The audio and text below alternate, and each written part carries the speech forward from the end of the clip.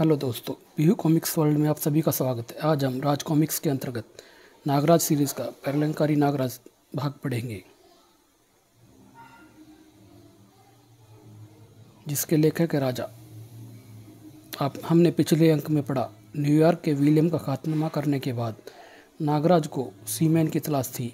New York में उसके दोस्त डॉन ने उसे बताया कि मोंट कार्लो में गैम्बलिंग फाइट का संचालन सी डिसिल्वा ही उसे सीमैन तक पहुंचा सकता है। नागराज मोंट कार्लो के विमान पर सवार हुआ, लेकिन किन्हीं अज्ञात लोगों ने उसे उड़ते विमान से पेरिस शहर के ऊपर ही कूदने पर मजबूर कर दिया था। लेकिन नागराज नाग छतरी की मदद से बच गया। पेरिस के गैम्बलिंग फाइट कैफी को हराकर वह डिसिल्वा तक पहुंचता है। डिसिल्वा उसे सीमैन से मिलाने के लिए अपने साथ मोंट कार्लो लेकर पहुंचता है और उसे एक होटल में ठहरा कर गायब हो जाता है। नागराज जिस समय होटल के रेस्तरां में बैठा दूध पी रहा था, मोंट कार्लो का तूफान हंटर वहां आकर उसे ललकारता है। दोनों में जमकर लड़ाई होती है। अंत में नागराज एक टेलीविज़न उसके गले में डालकर भाग जाता है और जब हंटर ने टेलीविज़न सिर से निकाला, कहाँ गया क्या कायर? बाहर आकर हंटर ने ऊपर देखा, नागराज रेंगता हुआ होटल की छत की ओर जा रहा था। फिलहाल इससे बचने के लिए तो भागना ही पड़ेगा। कहाँ जाता है मच्छर, मैं भी ऊपर आता हूँ। अगले ही पल हंटर होटल की लिफ्ट में सवार हो गया। हंटर जब छत पर पहुंचा, नागराज 25वीं मंजिल होटल की छत की रेलिंग पर चढ़ा हुआ था। हंटर को देखते ही वह वापस नीचे की तरफ रेंगने लगा। हंटर भागता हुआ रेलिंग के पास पहुंचा। हंटर लपक कर पानी की बड़ी टंकी के पास पहुंचा। भागता कहाँ है कायर, मैं तुझे जिंदा नहीं छोड़ूंगा। जब तक नागराज आधा रास्ता तय कर चुका था, अगले ही पल उसके हाथों में पानी की टंकी थी। इसके नीचे दबकर उसकी चट्टी बन जाएगी। नागराज अब नीचे पहुंचकर उसे दीवार पर रेंगता देख वहाँ भीड़ लग गई थी। तभी भीड़ को चीरती हुई टीना उसके पास पहुंची। तुम यहाँ जल्दी मेरे साथ आओ, यह बातें बाद में करेंगे। नागराज टीना के साथ कार में बैठ गया। तुम यहाँ कब पहुंची? आज ही। टीना ने कार आगे बढ़ा दी। कार के आगे बढ़ते ही ऊपर से फेंकी गई टंकी सड़क से टकराई। पानी के जबरदस्त धक्के ने कार को भी हिला दिया। ओह, यह क्या हुआ? लगता है यह भी हंटर की ही शरारत है। टीना ने कार वहाँ से निकाल ली। नागराज, यह तुम किस चक्कर में फंस गए हो? जब मैं होटल में पहुंची, तुम हंटर के सिर पर टीवी मार रहे थे। टीना, मैं यूरोप यहाँ के आतंकवादी सीमैन को ख़त्म करने आया हूँ। इसी सिलसिले में मैं डिसिल्वा के साथ यहाँ आया था। यह तो शुरुआत है प्रलय की। तो इतना जो कुछ तुमने किया, क्या सब सीमैन से मिलने के लिए? हाँ टीना, लेकिन तुम यहाँ कैसे पहुँची? कल मोंट कार्लो में हुए धमाके में जो मंत्री मरा है, मैं उसी की खोजबीन के लिए यहाँ पहुँची हूँ। वह धमाका बारूदी सुरंग का था जिसमें सीमैन का हाथ था, यानी हम दोनों एक ही डाल के पंछी हैं। अचानक टीना चौकी के सामने से आता एक ट्रक तूफानी गति से कार की ओर ही बढ़ रहा था। नागराज, मुझे इसका इरादा ठीक नहीं लगता। हाँ टीना, लेकिन टीना ने कार को बचाने की भरसक प्रयास किया, लेकिन कार टक्कर को मारकर ही आगे निकला और कार खाई में गिरती चली गई और एक पेड़ से टकरा गई। नागराज और टीना दोनों बेहोश हो चुके थे। तभी वातावरण हेलीकॉप्टर की आवाज़ से गूंज उठा। आसमान पर मंडराता हेलीकॉप्टर कार के ऊपर स्थिर हो गया और उसमें से लपका सकंजा नीचे आने लगा और कार की छत पर जम गया। फिर सकंजा कार समेत ऊपर उठने लगा। हेलीकॉप्टर कार को लेकर आगे बढ़ने लगा। कुछ देर बाद हेलीकॉप्टर समुद्र के ऊपर मंडरा रहा था। गहरे समुद्र के ऊपर पहुंचकर सकंजा खुल गया। कार समुद्र में जा गिरी। पानी से टकराते ही नागराज की चेतना जागी। ओह, खारा पानी! तो क्या हम समुद्र में हैं? वह डूबती हुई कार से बाहर निकला। ओह, मुझे जल्दी ही टीना को भी बाहर निकालना होगा। तब तक टीना भी होश में आ चुकी थी। ओह, यह क्या! नागराज ने टीना को बाहर निकलने में मदद की। वह भी कार से बाहर निकलने का प्रयास करने लगी। फिर दोनों तेजी से सतह की ओर उठने लगे, लेकिन ऊपर पहुँचते पहुँचते टीना बिल्कुल बेदम हो गई थी। नागराज, बचाओ, मैं अब नहीं तैर सकती। हिम्मत रखो टीना, मैं जो तुम्हारे साथ हूँ। नागराज ने टीना को संभाला और अथाह समुद्र में अज्ञात दिशा की ओर तैरने लगा। कई घंटे तैरने के बाद दूर एक जहाज नजर आया। इस जहाज पर जरूर मदद मिलेगी। नागराज, क्या हम बच पाएंगे? कुछ ही घंटों की तैराकी के बाद नागराज जहाज तक पहुंचने में सफल हो गया। उसने नाग रस्सी छोड़ी और टीना के साथ ऊपर उठने लगा। ओह नागराज, तुम महान हो। दोनों सीढ़ियाँ चढ़ने लगे। अब बारी बारी से डेक पर उतर गए। नागराज, यहाँ तो कोई भी नहीं दिखाई दे रहा। इसमें भी जरूर कोई भेद है। और नागराज की बात पूरी होते ही इससे पहले ही एक मजबूत जाल उन पर आकर पड़ा। ओह, अगले ही पल कई सहस्त्र गार्डों के साथ ही डिसलवान ने वहां प्रकट होकर नागराज को चमत्कृत कर दिया। कोई गलत हरकत ना करना नागराज, तुम अब सीमैन की कैद में हो। मैं जानता था तुम सीमैन के वफादार कुत्ते हो, लेकिन इस समय एकाएक तुम्हें इस जहाज पर देखकर मैं हैरान हूँ। हैरान मत हो, यह सीमैन का जहाज है। और यही नहीं, मोंट कार्लो की हर चीज़ एक तरह से सीमैन की है। गार्ड्स, इन्हें पिंजरे में बंद कर दो। कुछ देर बाद जहाज उन्हें लेकर पोर्ट पर जा पहुंचा। कुछ ही देर में वे डिसलवा के साथ सीमैन के हेडक्वार्टर की तरफ बढ़ रहे थे। नागराज, तुम्हारी ख्वाहिश पूरी होने जा रही है। हाँ टीना, इसलिए मैं शांत बैठा हूँ। कुछ ही घंटों के सफ़र के बाद वे सीमैन के सामने थे। निश्चय ही तुम बहादुर नागराज हो। हमने तुम्हें उड़ते प्लेन से नीचे फेंकवाया, तुम बच गए। सोलो और हंटर जैसे महान योद्धाओं के चुंगल से भी बच गए निकले, और फिर एक्सीडेंट के बाद समुद्र से भी वापस आ गए। आज हम मान गए कि वाकई विलियम सांगो, बुलडॉग आदि सुरमाओं की टक्कर किसी शेर से हुई थी। शेर नहीं, नागराज हूँ मैं। मेरे आगे कोई भी समाज का दुश्मन मच्छर की हैसियत रखता है। तुम भी बहुत बोलते हो तुम। मैं 5 तारीख को इंडिया जा रहा हूँ। वहाँ प्रोफेसर नागमणि से भी मिलूँगा, तुम्हारे मस्तिष्क को दोबारा कैद करवाने के लिए। तुम इंडिया किस लिए जा रहे हो? वहाँ के खुकारा आतंकवादी संगठन टेरर को अत्याधुनिक बारूदी सुरंग सप्लाई करने। इस सुरंग का प्रयोग वह आने वाले कुंभ के मेले पर करेगा। यह सुरंग एक निश्चित समय पर ही फटेगी, तब जबकि मेले में लाखों लोग होंगे। नहीं, तुम ऐसा नहीं करोगे। इतना कहकर सीमन हंसने लगा। ऐसा ही होगा नागराज, और तब तक तुम मौत की कोठरी में कैद रहोगे। और हाँ, अगर तुमने इस बीच वहाँ से निकलने की कोशिश की तो सीमैन मोंट कार्लो के निवासियों को एक बेहतरीन तोहफा पेश करेगा। नागराज का खून, हाँ, तुम्हारा खून बरसेगा मोंट कार्लो के ऊपर। हा हा हा, ले जाओ इन्हें। सीमैन के आदेश पर उन्हें जाल से मुक्त कर दिया गया। चलो, कोई गलत हरकत ना करना, वरना लड़की को गोली मार दूंगा। हंटर उन्हें एक गोल इमारत के पास ले गया। नागराज, यह है मौत का किला। इसमें प्रवेश करने के बाद बिना सीमैन की आज्ञा के हवा भी वापस नहीं आ सकती। वह तेजी से इमारत में प्रवेश कर गए। आगे उन्हें कई स्टेन गनधारियों का सामना करना पड़ा। नागराजी सैनिक मेरे अलावा किसी को भी देखते ही गोली चला देते हैं। मोड़ घूमते ही सामने दीवार नजर आई। हंटर के बटन दबाते ही दीवार फर्श में समा गई। उनके आगे बढ़ते ही दीवार फिर ऊपर आ गई। क्या यह सुरंग कभी खत्म होगी? अचानक हंटर रुक गया। नागराज, जानते हो यह क्या है? नहीं।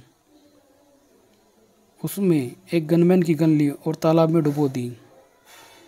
तेजाब के तालाब से डूबते ही गन पिघल गई। इतना कहकर हंटर हंसने लगा। हा हा, देखा इसका असर कैसे पिघल गई।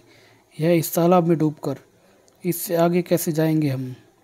तब हंटर के हाथ में थमे रिमोट कंट्रोल का एक बटन दबाया और तेजाब के ऊपर तालाब पर शीशे का एक पुल बन गया।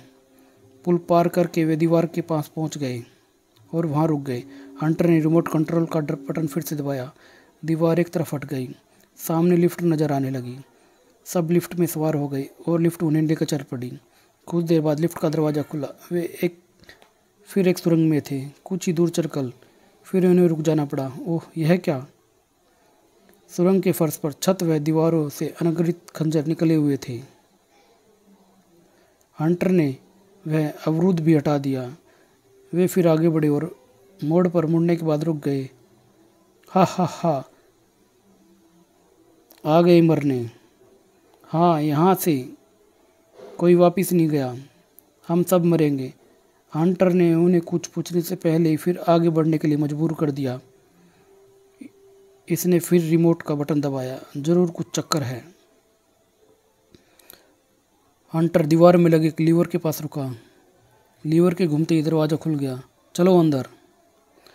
दोनों को अंदर धकेलकर हंटर ने लीवर वापस खींचकर दरवाज़ा बंद कर दिया। नागराज, जब तक सीमेन वापस नहीं आ जाता तुम यहीं रहोगे।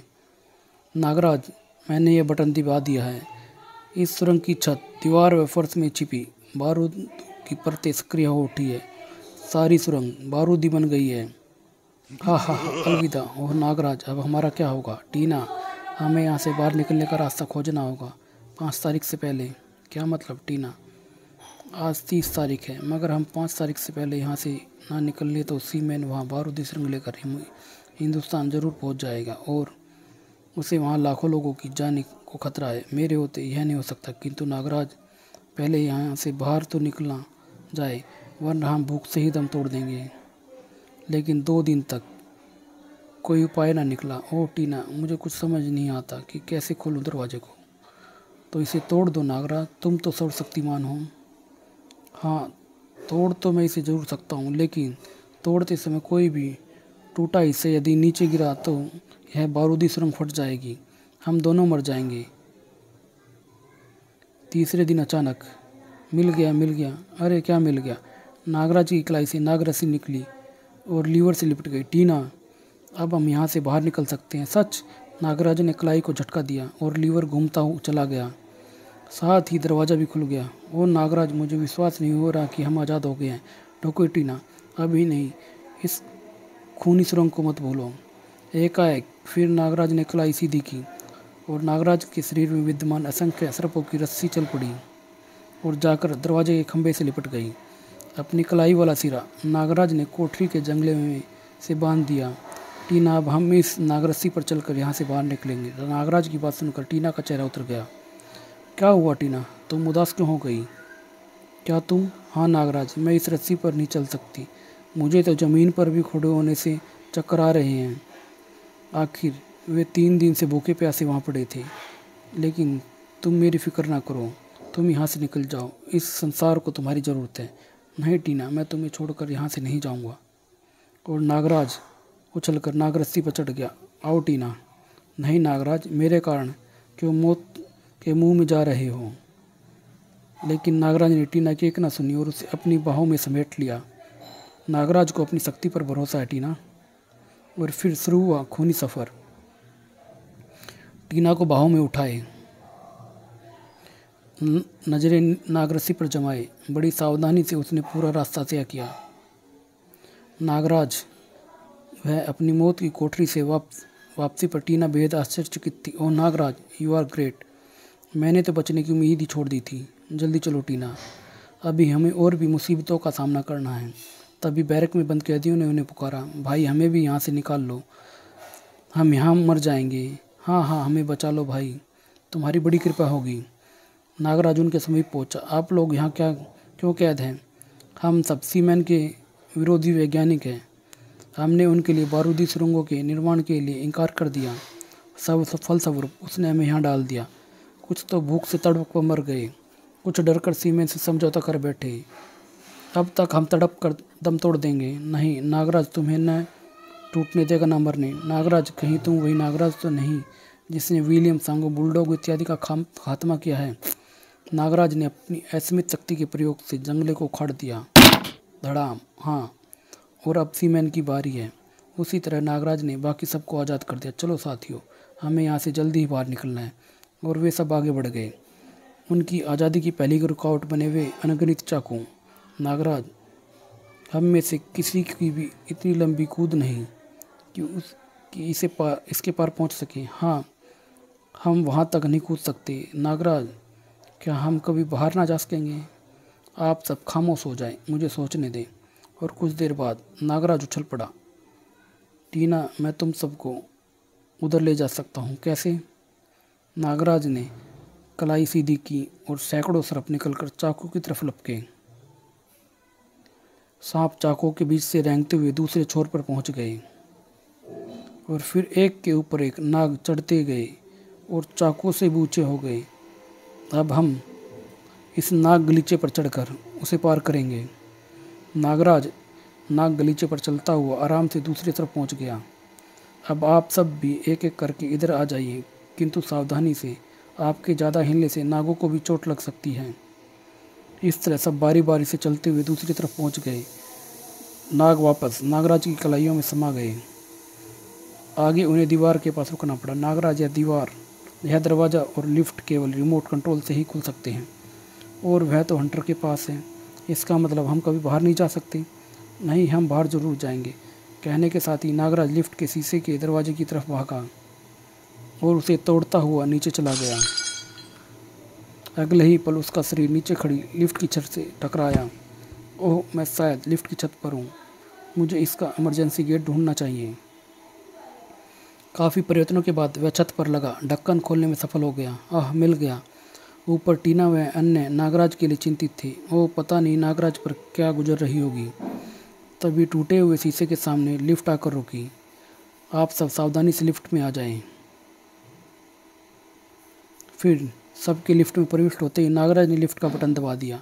कुछ देर नीचे जाने के बाद लिफ्ट स्थिर हो गई। वे सब बाहर आ गए। हुर्रे!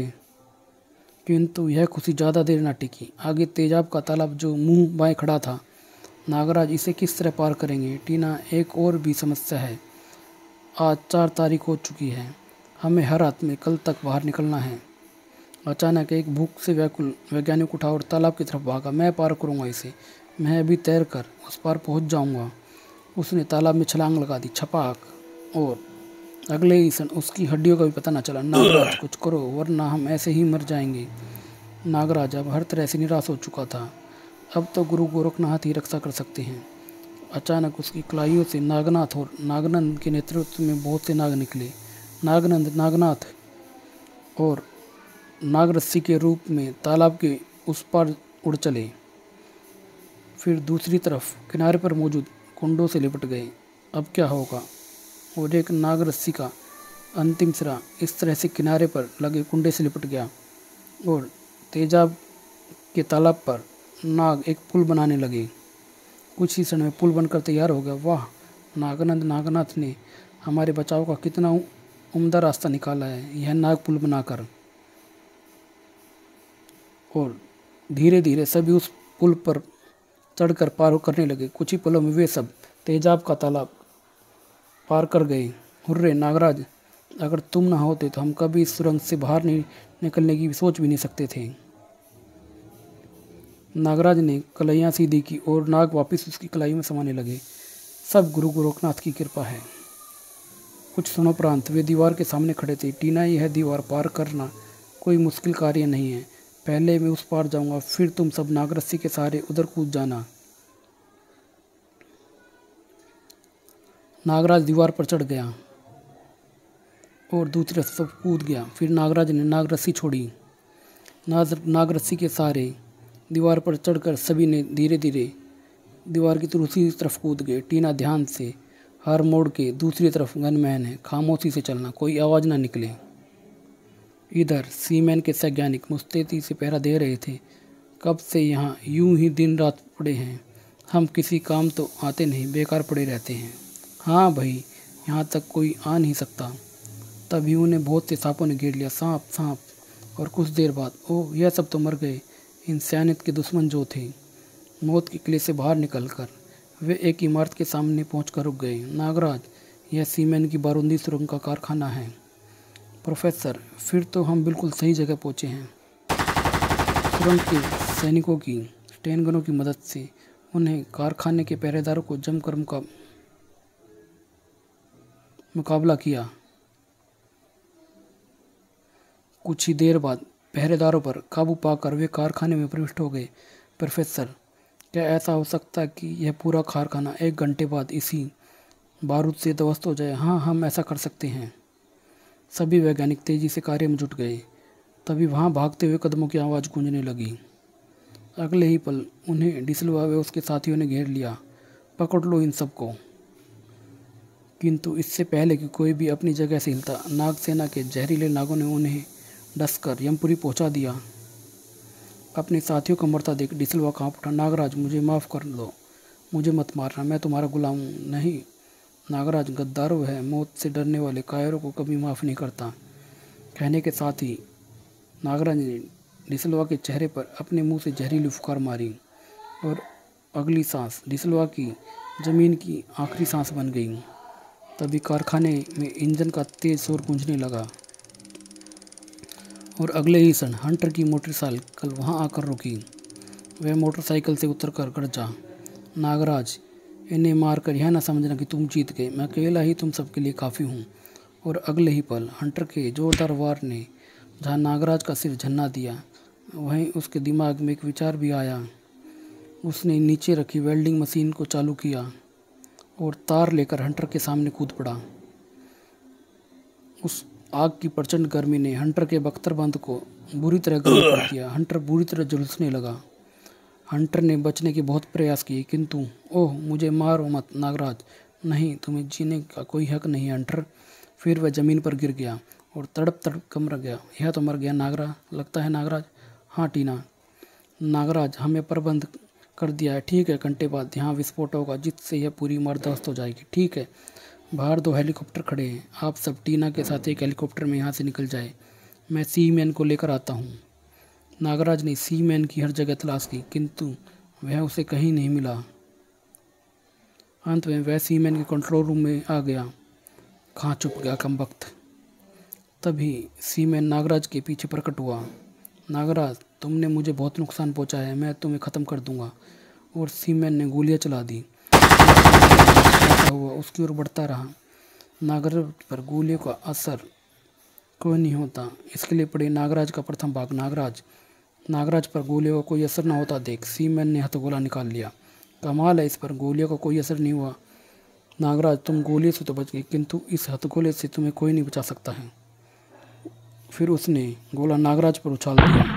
हथगोला जमीन से टकराया, परंतु नागराज उससे पहले ही वह जगह छोड़ चुका था। नागराज का कोई भी बाल बाका नहीं कर सकता सीमैन। और इससे पहले कि सीमैन कुछ और शैतानी हरकत करता, वह नागराज से जकड़ा जा चुका था। नागराज सीमैन को लेकर हेलीकॉप्टर में पहुंचा। कुछ ही क्षणों में हेलीकॉप्टर आकाश की ऊंचाई में उड़ रहा था। सीमैन, आज 5 तारीख है और तुम भारत नहीं बल्कि पेरिस की जेल में जा रहे हो। नागराज, सीमैन जिया है शान से और मरेगा भी शान से। वह उठा और हेलीकॉप्टर के द्वार से बाहर कूद गया, किंतु अभी वह नागरस्सी से बंधा हुआ था। फलस्वरूप वह हेलीकॉप्टर के नीचे लटकता रह गया। तभी उसका शरीर एक कारखाने की ऊंची चिमनी से टकराया और उसके शरीर के चिथड़े उड़ गए। आज वाकई मोंटे कार्लो पर खून की बारिश हो रही थी, लेकिन नागराज के खून की नहीं, वह बारिश थी सीमैन के खून की। यह अंक यहाँ समाप्त होता है। धन्यवाद दोस्तों।